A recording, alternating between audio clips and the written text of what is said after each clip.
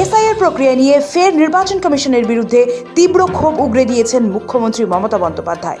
Voter তালিকা সংশোধনের মতো গুরুত্বপূর্ণ সাংবিধানিক প্রক্রিয়া হোয়াটসঅ্যাপ বার্তা ও কোনো আনুষ্ঠানিক নির্দেশ ছাড়াই চালানো হচ্ছে বলে অভিযোগ তুলে মুখ্য নির্বাচন কমিশনার জ্ঞানেশ কুমারকে কড়া চিঠি পাঠিয়েছেন বাংলার প্রশাসনিক প্রধান।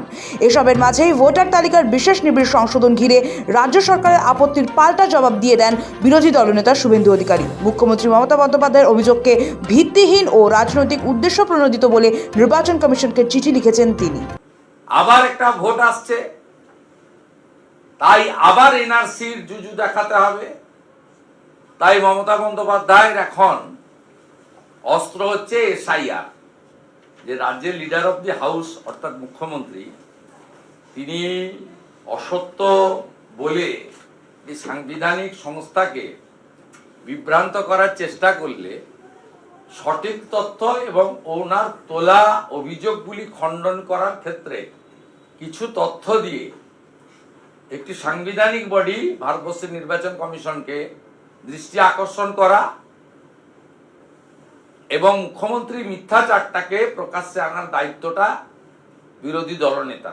আমি ছত্রে ছত্রে মুখ্যমন্ত্রীর যে অভিযোগগুলো সেগুলো খণ্ডন করেছি। সোমবার মুখ্য নির্বাচন কমিশনারকে পাঠানো সেই চিঠিতে শুভেন্দু দাবি করেছেন এসআইআর কোনো হঠকারী বা অপরিকল্পিত প্রক্রিয়া নয়, বরং ভুয়ো ও অযোগ্য ভোটারের নাম ছাঁটাই করতেই এই উদ্যোগ নেওয়া হয়েছে। তার বক্তব্য, বছরের পর বছর ধরে ভোটে রিগিং করতে এসব রক্ষা করছে তৃণমূল, আর সেই অস্বস্তিকর সত্য সামনে আসছে বলেই আপত্তি তুলছে রাজ্য সরকার। বোঝাই যাচ্ছে 2026-এর স্বপ্নে পেরেক পড়ছে বলেই আতঙ্কিত মমতা বন্দ্যোপাধ্যায়। অভিযোগ বিরোধী দলনেতার। কমিশনকে পাঠানো চিঠিতে মমতার অভিযোগ, কোনো লিখিত বিজ্ঞপ্তি, সার্কুলার বা আইনি নির্দেশ ছাড়াই একের পর এক সিদ্ধান্ত নেওয়া হচ্ছে, যা সম্পূর্ণ স্বেচ্ছাচারী। এতে স্বচ্ছতা ও জবাবদিহির প্রশ্ন উঠছে বলেই মত নবান্নের।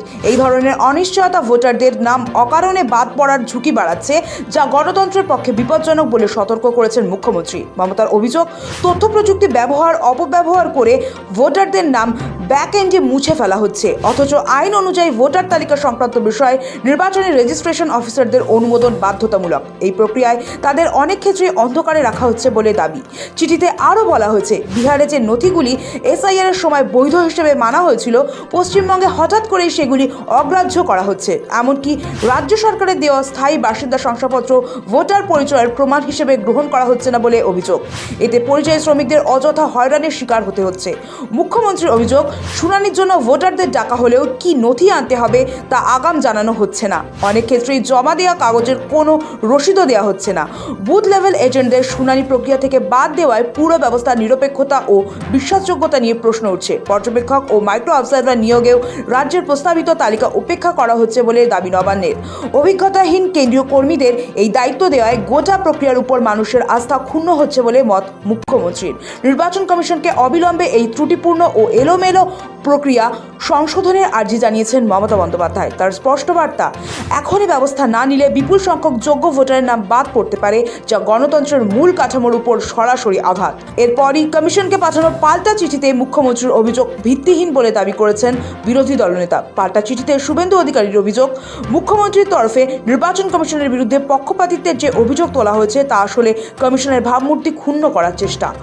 শুভেন্দুর দাবি, মাঠ পর্যায়ে সাধারণ মানুষ স্বতঃস্ফূর্তভাবে নিজেদের নথি যাচাই করাচ্ছেন এবং কমিশনের পদক্ষেপকে সমর্থন করছেন। এসআইআর প্রক্রিয়ায় প্রশিক্ষণ, সময়সীমা ও প্রযুক্তি ব্যবহারের প্রশ্নে রাজ্যের অভিযোগও খারিজ করেছেন শুভেন্দু। তার দাবি, সারা দেশেই এক নিয়মে এই সংশোধন চলছে, প্রযুক্তিগত ব্যবস্থা স্বচ্ছ ও কার্যকর।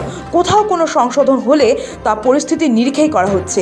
শুভেন্দুর মতে, নিরপেক্ষতা বজায় রাখতেই এই ব্যবস্থা, যাতে কোনো রাজনৈতিক হস্তক্ষেপ না হয়। শুভেন্দু অধিকারীর খোঁচা, মমতা বন্দ্যোপাধ্যায় আসলে এপ্রিল মাসটা কোনোভাবে পার করতে চাইছেন। ভারতবর্ষের নির্বাচন কমিশনকে বলেছি, আগের দুটো চিঠির পরিণতি যা হয়েছে, তৃতীয় চিঠির মুখ্যমন্ত্রীর একই পরিণতি হওয়া উচিত। উনি যেভাবেই হোক এপ্রিল মাসটা পার করাতে চাইছেন। উনার সমস্যা এইটা, বিহারে এরাই বলেছিল এই ভোটার লিস্টে লড়বো না, তারাই তো লড়েছেন, গোহারান হেরেছেন, তারপর তো মুখ বন্ধ। যদিও সাগরে দাঁড়িয়ে বিজেপি কমিশনকে একযোগে পাল্টা আক্রমণ শানিয়েছেন খোদ মুখ্যমন্ত্রী মমতা বন্দ্যোপাধ্যায়। শুধু তাই নয়, কমিশনের কার্যপদ্ধতি নিয়েও প্রশ্ন তুলেছেন তিনি। সরাসরি আইনের পথে হাঁটার হুঁশিয়ারিও দিয়েছেন মুখ্যমন্ত্রী মমতা বন্দ্যোপাধ্যায়। যতই চেষ্টা করে বিজেপি মিলবে না কো জিলিপি, যতই চেষ্টা করে বিজেপি মিলবে না কো জিলিপি। বিজেপি করতে পারে না এমন কোনো কাজ সংসারে নেই। এবং মনে রাখবেন যে 54 লক্ষ নাম বাদ দিয়েছে, তাদের অধিকার ছিল 7 নম্বর ফর্ম ফিল আপ করার, 8 নম্বর ফর্ম ফিল আপ করা। একজন খুনি যদি লয়ার নাও পায় তবু সে নিজেকে ডিফেন্ড করতে পারে।